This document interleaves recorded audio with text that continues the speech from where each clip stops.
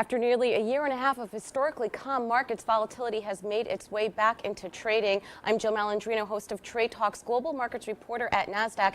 Joining me at MarketSite is Chris Dearborn. He's a managing director on Nasdaq's Markets Intelligence Desk. We also have Myles Clouston. He's with the advisory services with Nasdaq as well. Gentlemen, thank you very much for joining me today for this special edition of TradeTalks. It was quite an interesting session yesterday where we nearly recovered those steep losses that we saw on Monday. And as of now, halfway through the session on Wednesday, markets are seeing triple-digit gains. Chris, what do you make of this? So we've finally seen some volatility move back into the market, which we're really excited about. You've seen high volumes, which kind of validating the move.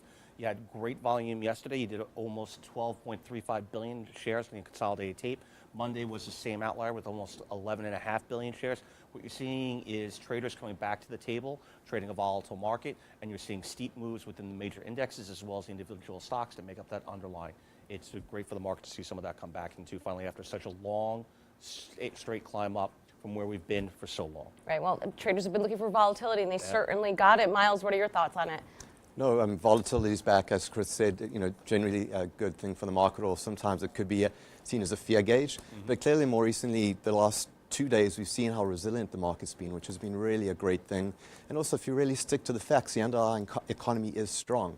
Unemployment is low. The inflation is lagging, but it's not terrible. And so overall, we do have a strong global economy where also from an interest rate standpoint, we're in the early innings, but we're still at historical lows, which is helping continue to drive the market. So overall, it's really cooler heads have prevailed, and it's right. And I thought it was really impressive how market structure held up as well across all of the exchanges, and how cooler heads prevailed. Because Chris, there are other macro factors that we should be looking at just besides a 1 or 2 day blip.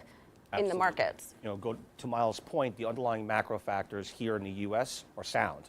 Not only do you have a tax plan that's going to be adding to the corporate earnings coming into this year, which we're going to wait to see till the next quarter comes out, but you've seen earnings so far this year. The S&P's reported almost 300 companies already, and the average beat is almost 6.3%, if not higher, depending on the sector. So what you're looking at is there's strong fundamentals within the corporations. You see some macro items that are actually very strong. You've seen an uptick in wage announced with last week's non-farm payroll, which is something we've been looking for a long time. So a little bit of creep on the inflation side of things, but also people started fearing with the exit of Janet Yellen as the Fed chairman and the new Fed chairman coming. He hasn't even has public speaking yet. He's not speaking to the end of the month. They were postulating whether it's going to be 3 or 4 rate hikes, and let's wait and see what he has to say.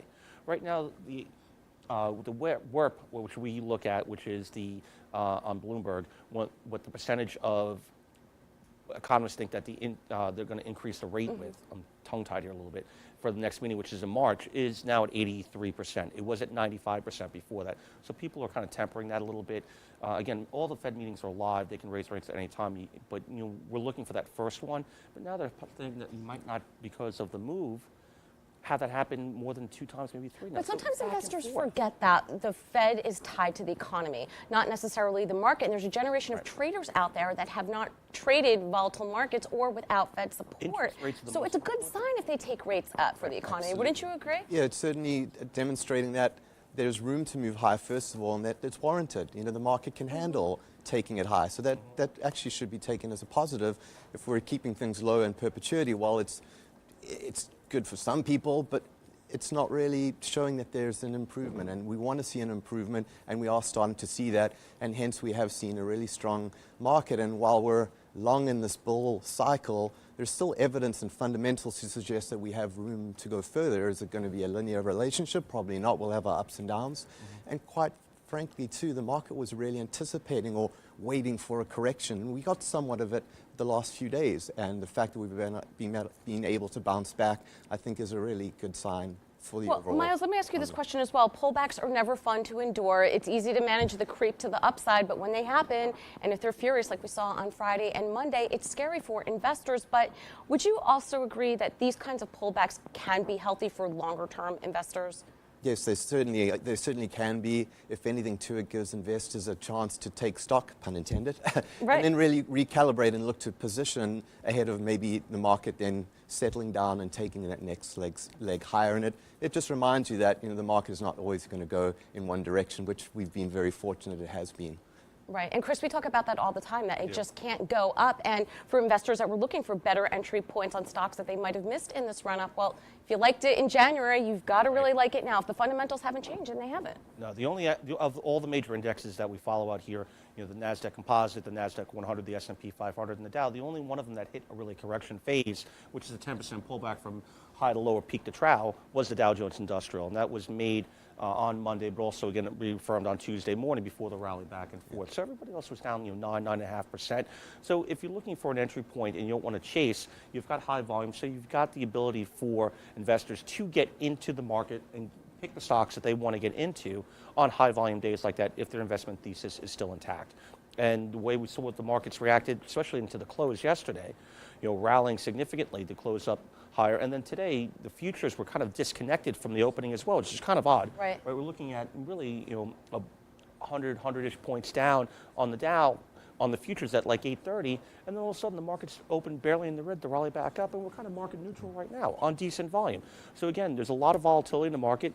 You're going to pick your points and pick your stocks, and I think you'll be fine. Well, you both had mentioned before that macro data looks good. Corporate earnings have been good. In fact, we're waiting for analysts to revise their future earnings up because Q4 has been so strong. So would you say that a lot of the volatility that we saw could have perhaps been the unwinding of that short vol trade? Because that's really what's been making the headlines over the past couple days. Yeah, the VIX has always been a good way to kind of gauge it, but we've talked about that in the past. It's not really a way to play the vol. What it is a confirmation of volatility within the market. There's plenty of ETNs that are out there that track that, and there's plenty of people who have talked about and love those ETNs. But really what we saw, and what I believe, is that you saw people who have been taking profits but an itchy trigger finger and wanted to get out once the market started to fall over. The Dow's hit 8 1,000-point milestones since the presidential election. It's unprecedented, this run up. So it's only natural to have a little bit of a pullback here, even if it is 10% from peak to trough in a couple of days, and then kind of flatten yourself out as people readjust and rethink their investment thesis right now. Right. And to wrap up, Myles, do you think that we'll see this volatility landscape for 2018, or do you think it won't be quite as calm as 2017? Probably not quite as calm as 2017. I think it'll be higher on aggregate. But, if you look back at the last 10 years, precedent does show that we have had some big spikes, but it's usually kind of tempered and, come back to more a reversal to the norm.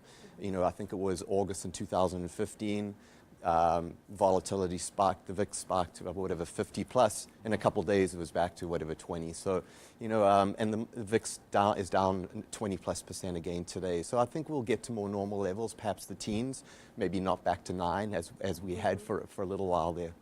All right. Well, thank you very much for joining us in this special edition of Trade Talks. Traders, thank you for joining me. I'm JIll Malandrino, Global Markets Reporter at Nasdaq.